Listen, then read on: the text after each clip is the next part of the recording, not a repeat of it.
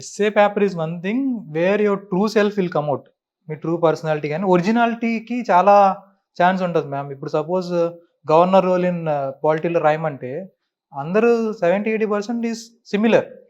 ఎస్ఏకి it's like 180 degree shift ప్రతి ఒక్క పర్సన్కి. So every one should have their individual examples. Correct.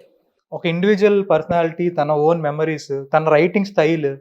So first మన writing style ఏంటి అర్థం చేసుకోవాలి. దాని తర్వాత స్టాండర్డ్ ఫార్మాట్ ఉంటుంది మ్యామ్.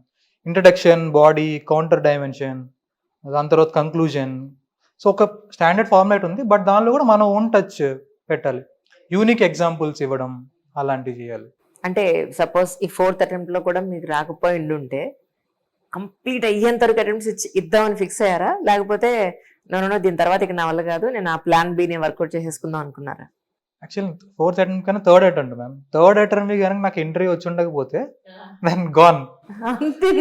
It's gone. సో నాకు ఇంటర్వ్యూ రావడం వల్ల అరే నువ్వు 99 స్టెప్స్ చేసావు, ఇంకొక స్టెప్పే, ఒక స్టెప్ ఈ ఇయర్ కాకపోతే నెక్స్ట్ ఇయర్.